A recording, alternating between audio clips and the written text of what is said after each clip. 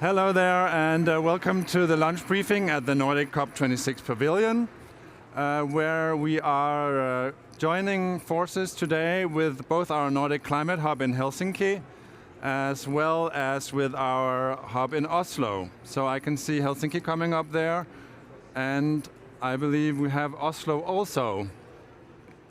We were supposed to have a briefing with the Nordic head of delegation, Henrik Eriksson, but he's held up in the negotiations. They're reaching a critical point today.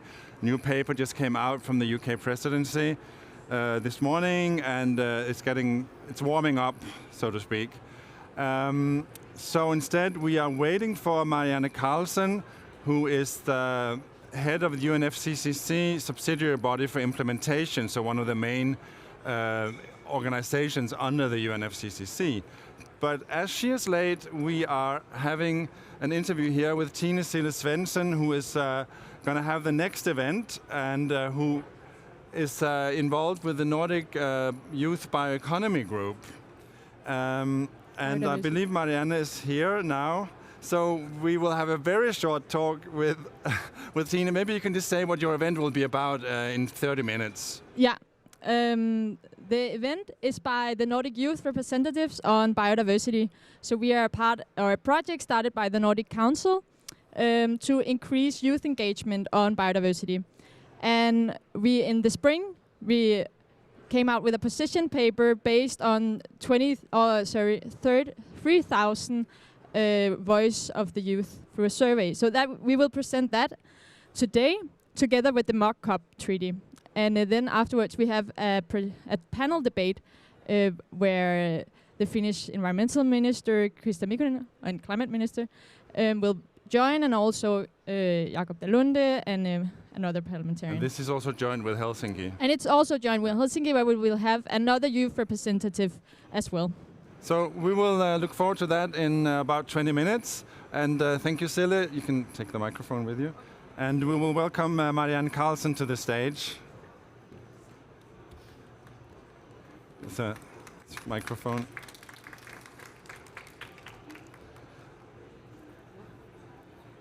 Hold on. Yeah. It's on?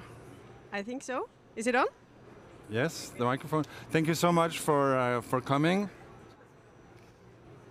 Sorry, I've just been walking for 45 minutes. This is what I do every day to keep up and keep my energy. Otherwise, I wouldn't be standing upright at the moment. So Marianne, we were talking, you and I, on the very first day of COP, November 1st, and you were optimistic, you were hopeful, and you saw progress. So what are your sentiments now? Well, let me comment on the work that we did the first week. Microphone closer. So everybody that was here would have seen the queuing, would have seen the working environment for the negotiators. It's necessary, obviously, with all the COVID restrictions, everything we have to do to keep safe. But indeed, it did create quite a challenge for the negotiators. I had a plan when coming here. This plan was shared with all parties, agreed with all parties. And I had some expectations. When we ended the SB on Saturday, late Saturday evening, the subsidiary bodies on late Saturday evening, we had accomplished exactly what was expected. And I think that is quite an achievement. We had 63 mandates to address under the subsidiary bodies. We had 49 agenda items under the SBI, and we worked extremely diligent throughout the whole week to address those mandates. Texts came early on the table. That is not usual for our process anymore. Parties worked actively on text throughout the week, and they had very little time. Can you imagine sitting there? You open your meeting on Monday, you start working then, and then on Friday you need to deliver all your text. that is not many days for all those parties coming together to agree on very substantive matters, including on how to make sure that we have a support structure for the least developed countries, how we progress on national adaptation planning, crucial for enhanced ambition on adaptation. We were working on capacity building, which delivered very rapidly. We had many items on technology and technology support. The parties agreed on the budget for the UNCCC, which might you think is a minor thing, but indeed it is not. And we have now a Glasgow program for action for climate empowerment, which is about education, training, awareness, making sure that people can meaningfully participate actively in climate policies across the world. I think that is achievements within 5 days, which does deserve acknowledgement by all. So today we heard from the UK, they put forth a new paper, a new proposal. So we talked about this earlier for those of you who've been listening to these briefings, that it sounds strange that they're working so much on these texts and so on, but as Marianne also explained when you were here last time, it's 192 countries. They look into every detail. It's a very minute work. But this text today from the UK, what is the deal with that? Yeah, so in the UNCCC we make decisions. Obviously, this is the annual meeting. Like any other organization, it's an annual meeting. And in this annual meeting, decisions are taken. Most of the work is undertaken during the first week. And there's many decisions taken during the first week. What they work with now, the text that was presented this morning from the presidency, is what we call the first decision. The cover decision, technically is called 1CP26, which is the overarching decision where you will get political signals linked to ambition on mitigation, finance, adaptation. You will get also elements pertaining to other aspects that has been working on here, on the global goal adaptation. I know it's in there, but this is very much a cover decision, capturing the overarching political signals that will come as a negotiated outcome from the COP. And when can we expect that outcome? Well, that outcome is, of course, when the COP closes. It's this many decisions after. So how many decisions do you think exist after 1CP26? Because people often think that this is the outcome from the COP. It is not, because from 2CP26 you have 10 folds of decisions. It's not like this is the only decision. You have numerous decisions, which is called 2CP26, 3CP26, 4CP26, and so forth. So what is the content of all these decisions? I think people are interested in hearing about the substance of this. Okay, so let me take one of the decisions that will be gavelled by the COP president tomorrow. Gavelled means that's when they end the discussion. Yeah, you don't end the discussion. You decide. Yes.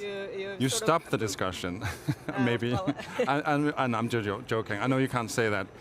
But yeah, procedurally you have stopped the discussions a long time. It is the decision that you adopt the decision. Yeah. And that is for many of the decisions taken at this COP. It will be done tomorrow during the COP CMA and CMP plenaries. For example, one of these decisions is about a review of the expert group for the least developed countries. Just an example. This decision contains a reconfirmation of the mandate of this constituted bodies that supports LDCs. It contains a strengthening of the structures, more membership, and it does then add, in a way, a very solid basis for continued support for the LDCs. So it's a question of support for the least developed countries who suffer the most from the climate change That was just consequence. one example out of very many decisions. You asked me, for example, what they contain, and this is the kind of things they contain. There are some decisions that is worked on still. Decision on the Adaptation Committee, the annual reports for 2019, 2020 and 2021, together with the review that will take place next year, and also the global goal on adaptation. I have been asked by the presidency to facilitate the technical work on that, and now ministers are working to settle the last few details on that. So that will also be a decision. So there is progress. Absolutely. That's basically the message here. Progress. Yeah. People are working very hard. You have many sticking points in our process, right? But not all of them are equally difficult. We do take a lot of decisions to make the machinery work. This is a huge machinery containing of a lot of elements. And some they never reach the media, they never reached, it's boring stuff. It's all the mechanics behind this, yes, of course. I'm making a cause that it's necessary. Yes, of course. Because ambition does not come from thin air. Ambition does come from a predictable, robust structure from which ambition can come forward. And this is what we do in all these small, minor steps and things that is building upon what we have from before. This was not a structure that was built in a day. This is a structure that has been in making for 25 years. Everything we do to support developing countries, everything we do to make sure that we are providing reports, GHG inventories, these are things that is built up over time. And we need to maintain and strengthen that basic structure. Of course, the political outcome that is very much in the media is necessary. But it's also necessary to have that solid foundation for our work. Yeah. So today is Transport Day, and I know that they're very interested in that in Oslo. I don't know where they are actually right now. I don't see anyone on the stage. Oslo, are you with us? Maybe they have, it's a 1 hour difference. No, but they're coming there, yes. We don't have sound from Oslo. Can you put on the sound? Yes, we are with you. Hello. We're so happy to... we still cannot hear you from Oslo. Are you hearing us from Oslo? Oh, because they're not in the loudspeakers. Okay. Try to say something again. Do you hear us? Yes, now we do. You were just not in the loudspeakers. So you should put these. Great. Thank you. So we were just sitting listening to you and watching you on the big screen here. Okay. So we're glad you're doing this great work.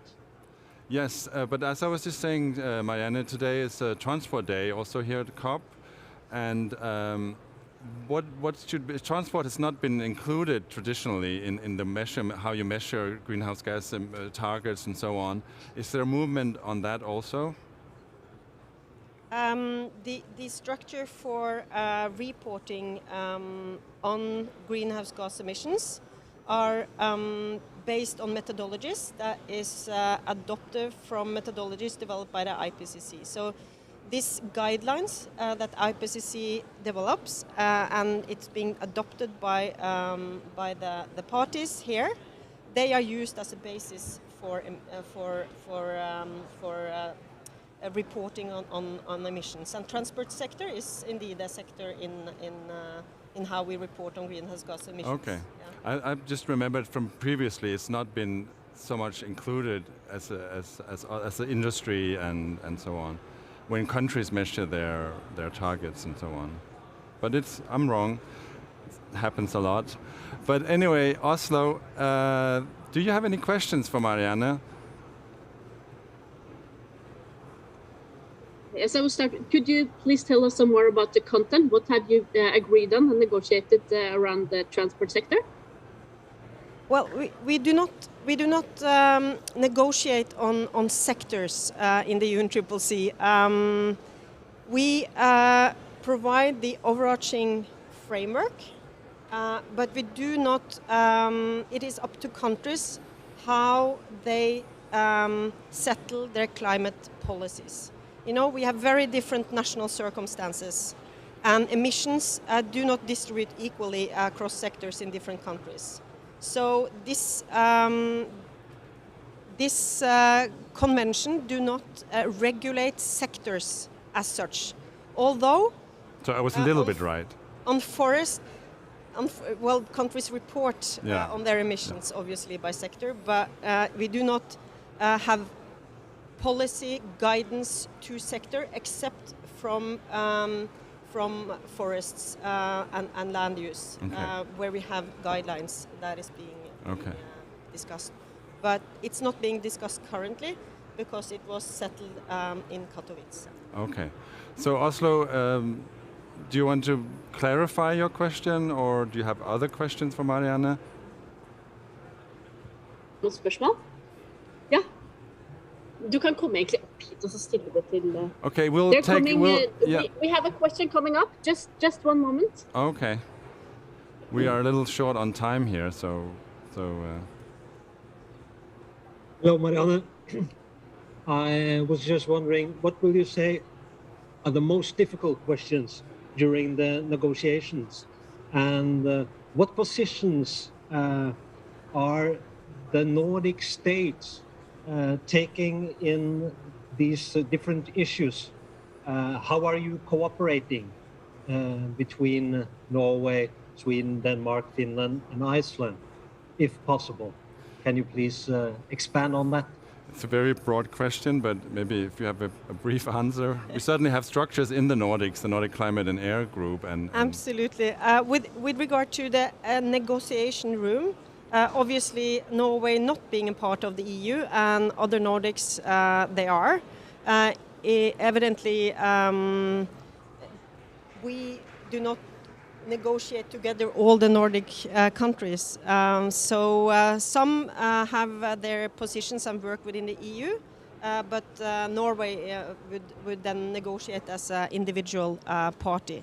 So it's a little bit different, but indeed I think we Nordic countries are quite recognizable in the climate sphere, being very often trustworthy with regard to and forward-leaning, want ambition, want to be also finding solutions, so in a way a little bit of bridge builders, and hence often used in facilitator roles. You see both the Norwegian minister and the Danish minister here at the COP being facilitators for ministerial consultations. So indeed, yes, I think the Nordic countries, they are recognizable, but because of different affiliation to groups, do not negotiate in the rooms as a joint entity in a way. Okay, thank you so much. Andre, over to you in Helsinki. You've been waiting patiently here. Yes. As always, Mike. You are the essence of patience. Do you have any questions from Helsinki for Marianne? Let me see. Yes, we do have a question, and please, sir, come up here and state your name and question. And the camera is over there. There. Yes. Sorry. My name is Max Bonnier Eklund, and my question to the Norwegian delegate is that how are we supposed to transfer towards a carbon neutral world when there are still oil producers that want to produce oil even after they pledge to become net zero emitters, as Norway themselves and also Saudi Arabia and Russia and etc. Isn't it supposed to be that the Nordic region should go ahead and take a lead in the climate transition? How do you answer people that think it's a bit of a discrepancy to say that the Nordic regions should go ahead and we still produce so much oil? Thank you. Thank you, and I've received this question many times as a Norwegian delegate, obviously from a country that is a major exporter of fossil fuels. Glasgow. There's Did no you hear sound. that question? There is no sound in the microphone. So, Yeah, Glasgow. we got the question. We just you got the question. working on the That's sound. good. Try again. Should we? Did you or did you not get the question? We got the question. We just didn't get the sound. Does this work better? Yeah. Yes. Can you hear me now? Okay. Yeah. So this is a question, obviously, a Norwegian delegate we get quite frequently, since Norway is obviously a major exporter of fossil fuels.